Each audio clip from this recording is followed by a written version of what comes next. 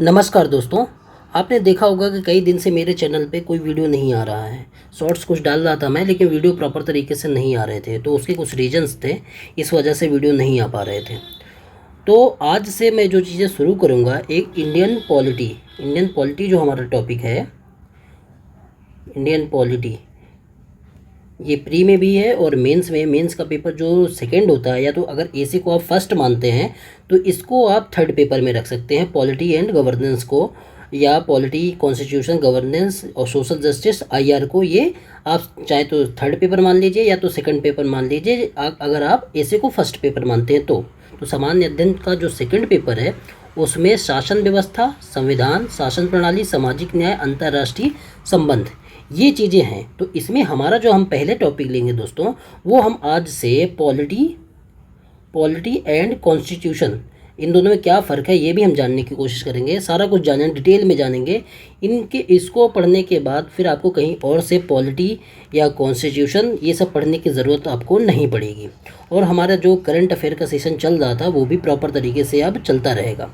तो आज से हम प्रॉपर तरीके से ये जो कॉन्स्टिट्यूशन और पॉलिटी का टॉपिक है इसको हम ढंग से कवर करेंगे। देखिए, तो पहले हम अपना सिलेबस जान लेते हैं। सिलेबस के एक एक पॉइंट को हम कवर करने वाले हैं। ऐसा नहीं कि हम कुछ भी छोड़ेंगे। हमारा जो कॉन्स्टिट्यूशन वाला हिस्सा है, जो संविधान वाला हिस्सा है, वो हम पूरा कवर करेंगे। जो पॉलिटी वाला हिस्सा है वो हम पूरी तरीके से कवर करेंगे। इन दोनों में डिफरेंस क्या है बेसिक, ये भी हम कवर करेंगे। लोग समझ ही नहीं पाते कि पॉलिटी क्या है, संविधान क्या है, दोनों को मिक्स करके एकदम मतलब कि पढ़ते हैं।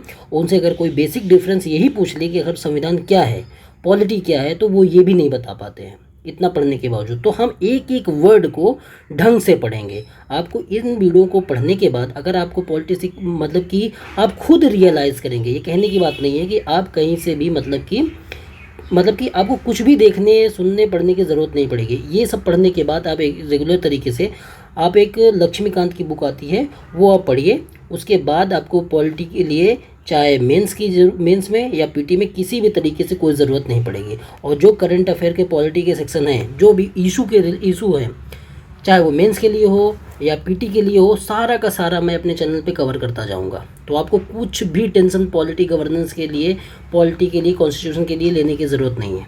तो हम देख लेते हैं पहले सिलेबस। देखिए, पीटी का सिलेबस क्या है, उसके बाद हम मेंस का सिलेबस देखिए। यूपीएससी का जो प्रीलिम है उसके सिलेबस में पॉलिटी के सेक्शन में क्या लिखा हुआ है। तो प्रश्न पत्र फर्स्ट में जो 200 अंकों का होता है, 2 घंटे का, इसमें पॉलिटी सेक्शन के लिए केवल इतना लिखा हुआ है कि भारतीय राजतंत्र और शासन। इसमें संविधान लिखा हुआ है जो हम पूरी तरीके से पढ़ेंगे। राजनीतिक प्रणाली लिखी हुई है, चाहे हम इसमें संसद वगैरह और राज्य के जो विधानसभा है, विधानमंडल है, विधान परिषद है, ये सारी चीज़ें इसमें पढ़ेंगे। पंचायती राज पढ़ेंगे। लोक नीति, जो पब्लिक पॉलिसी बनाई जाती हैं उनको पढ़ेंगे। अधिकार संबंधी मुद्दे, जो हमारे राइट्स बेस्ड इशू आते हैं, चाहे मतलब कि उनके से संबंधित जो डिबेट होती है और उसमें जो सुप्रीम कोर्ट या हाई कोर्ट के जो डिसीज़न आते हैं उनसे आजकल सवाल बन रहे हैं। तो आपको ये ध्यान रखना है, आपको कॉन्स्टिट्यूशन पे रुक नहीं जाना है। केवल अगर आपने इस पे ध्यान दिया, सिर्फ संविधान पढ़ने पे ध्यान दिया, तो अगर उसी को आपने पूरी पॉलिटी या आपने सिलेबस मान लिया तो आप पूरी तरीके से सवाल नहीं कर पाएंगे। आजकल जो सवाल आ रहे हैं वो यहाँ से ज़्यादा आ रहे हैं, अधिकार संबंधी मुद्दों से ज़्यादा आ रहे हैं, लोक नीति से सवाल ज़्यादा आ रहे हैं। तो हम इन सबको पूरी तरीके से डिटेल में पढ़ेंगे। अधिकार संबंधी, अब हिजाब का मुद्दा हो गया, उससे संबंधित सवाल पीटी में भी आते हैं, मेंस में भी आते हैं, और फिर संविधान से भी जुड़ते हैं। लेकिन आईपीसी की कोई धारा अगर हमारे अधिकारों से कॉन्ट्राडिक्ट कर रही है, सीआरपीसी की कोई धारा हमारे अधिकारों से कॉन्ट्राडिक्ट कर रही है, तो उससे मेंस में भी सवाल बने हैं और पीटी में भी सवाल बने हैं। तो हमको ये सब भी पढ़ना है। और वो कैसे पढ़ना है, केस बाय केस, जो मतलब कि हमारे सिलेबस के अकॉर्डिंग जो केस आते जाएंगे या उन पे जो मतलब कि डिबेट हुई है, वो सारी डिबेटों को हम समझते जाएंगे। तो आपको संविधान वाला भी हिस्सा कवर हो जाएगा, पॉलिटी वाला हिस्सा भी कवर हो जाएगा, और जो हमारा राइट्स बेस्ड जो इशू हैं, लोक नीतियाँ, वो सारा का सारा हम कवर करते चलेंगे। तो आपको पीटी का भी कुछ नहीं छूटेगा। अब देखते हैं दोस्तों मेंस का सिलेबस। देखिए, मेंस के सिलेबस में 4-5 चीज़ें दी हुई हैं जो हमारा पेपर सेकंड है। देखिए, इसमें एक तो शासन व्यवस्था, मतलब कि जो चीज़ें, मतलब कि ये गवर्नेंस होता है, गवर्नेंस, इंग्लिश में इसको गवर्नेंस कहते हैं। तो हमको गवर्नेंस नहीं पढ़ना है, वो मतलब कि अभी जो हम सिलेबस कवर करेंगे उसमें हमको संविधान पढ़ना है और क्या पढ़ना है, पॉलिटी पढ़ना है। पहले हम इन टॉपिक को ख़त्म करेंगे, ये टॉपिक भी हम बाद में पढ़ेंगे, पहले इसको हम निपटाते हैं दोस्तों। और फिर सोशल जस्टिस है और IR है। तो सेकंड पेपर अगर आप इतना कवर करते हैं तो आपका सेकंड पेपर कवर होता है, प्लस करंट अफेयर के जो इशू है वो कवर करेंगे।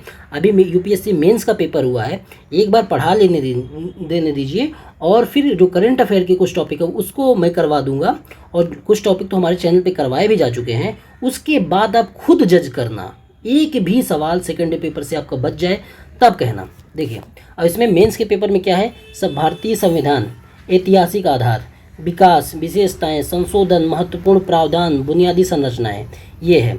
संघ और राज्यों के कार्य तथा उत्तरदायित्व, मतलब पूरी संसद और विधानमंडल पढ़ना है। स्थानीय स्तर पर शक्तियों का विभाजन और वित्त हस्तांतरण और उसकी चुनौतियाँ, इनका क्या मतलब है, मतलब कि हमको पंचायती राज, नगर पालिका, ये जो अर्बन गवर्नेंस है, लोकल गवर्नेंस है, वो सारी चीज़ें यहाँ पे पढ़नी है। उनसे संबंधित क्या चुनौतियाँ हैं वो सब पढ़नी है। संघीय ढांचे से संबंधित विषय एवं चुनौतियाँ, मतलब कि केंद्र राज्य संबंधी यहाँ बीच पढ़ने हैं हमको। विभिन्न घटकों के बीच शक्ति का पृथक्करण पढ़ना है, मतलब कि जो हमारे मतलब कि विभिन्न घटक है केंद्र और राज्य के, या तो फिर मतलब कि हमारे जो लोकतंत्र के घटक है, न्यायपालिका, कार्यपालिका और विधायिका, उनके बीच में जो शक्तियों का विभाजन है उसको हम देखने की कोशिश करेंगे। और उनसे संबंधित एक दूसरे के मामले में जब हस्तक्षेप होता है तो विवाद उत्पन्न होते हैं, तो उनसे संबंधित विवाद क्या है, उनका निपटारा कैसे होता है, और उनसे संबंधित संस्थाएं कौन कौन सी हैं, ये सारा हमारा पढ़ने का मतलब कि विषय होगा। और क्या देखेंगे, भारतीय संविधान योजना की अन्य देशों के साथ तुलना, संवैधानिक योजना की, तो हम चीन से तुलना करेंगे, फ्रांस से तुलना करेंगे, स्विट्जरलैंड से तुलना करेंगे, जर्मनी से तुलना करेंगे, जहाँ जहाँ से हमारा संविधान थोड़ा भी मैच करता है वो सब जगह से हम तुलना करेंगे। अमेरिका से करेंगे, UK से करेंगे, ये सब जगहों से हम मतलब कि अपने संविधान के जो प्रावधान है, चाहे राष्ट्रपति का प्रावधान हो, प्रधानमंत्री का प्रावधान हो, या हमारा आपातकालीन का प्रावधान, तो अलग अलग देशों से जो चीज़ें मैच करती हैं, उन देशों में क्या प्रावधान है, हमारे यहाँ पे क्या प्रावधान है, उन देशों की हम तुलना करते हुए सारे जो संवैधानिक प्रावधान है उनको देखेंगे आगे। संसद और राज्य विधायिका, ये सारा कुछ पढ़ेंगे, मतलब कि इसमें संसद और राज्य विधायिका पढ़ेंगे। कार्यपालिका और न्यायपालिका की संरचना पढ़ेंगे, पूरी की पूरी मतलब कि कार्यपालिका देखेंगे, न्यायपालिका, supreme court, high court, local governance, सब कुछ हम देखेंगे। सरकार के मंत्रालय के विषय में भी थोड़ा बहुत जानेंगे, और जो उनके विभाग है उनको भी जानेंगे। प्रभावक समूह ये देखेंगे। औपचारिक, अनौपचारिक, मतलब ये प्रेशर ग्रुप होते हैं या तो फिर इंटरेस्ट ग्रुप होते हैं, उनके विषय में हम देखेंगे। अनौपचारिक और औपचारिक जो संगठन है और इनकी शासन प्रणाली में क्या भूमिका, एक भी सवाल आपका बाहर नहीं होगा, मतलब इन सब से। और दूसरी बात है, कुछ भी आपका छूटेगा नहीं, प्रॉपर तरीके से कंप्लीट होगा। RPA जो हमारा रिप्रेजेंटेशन ऑफ पीपुल एक्ट जो है हमारा 1951 का, 1950 का, वो दोनों देखेंगे हम, उसमें क्या दिया हो। तो जन प्रतिनिधित्व अधिनियम की मुख्य विशेषताएं देखेंगे कि राहुल गांधी को भी डिस्क्वालीफाई किया गया था, तो जो RPA अधिनियम है उसको किस धारा से डिस्क्वालीफाई किया गया, लालू यादव को किस धारा से डिस्क्वालीफाई किया गया था, तो सारा कुछ यहाँ से देखेंगे। और जो हमारे चुनाव संबंधी जो प्रावधान है उनके विषय में यहाँ पे जानने की कोशिश करेंगे। विभिन्न संवैधानिक पद पर नियुक्तियाँ और विभिन्न संवैधानिक निकाय की शक्तियाँ, कार्य और उत्तरदायित्व, इसमें जो हमारे संवैधानिक पद हैं, संवैधानिक जो हमारे मतलब कि आयोग हैं, उन सब की, चाहे वित्त आयोग हो गया, इस तरीके के जो आयोग हैं, वित्त आयोग हो गया, चुनाव आयोग हो गया, जिनका संविधान में प्रावधान है, उनके विषय में हम डिटेल से पढ़ेंगे।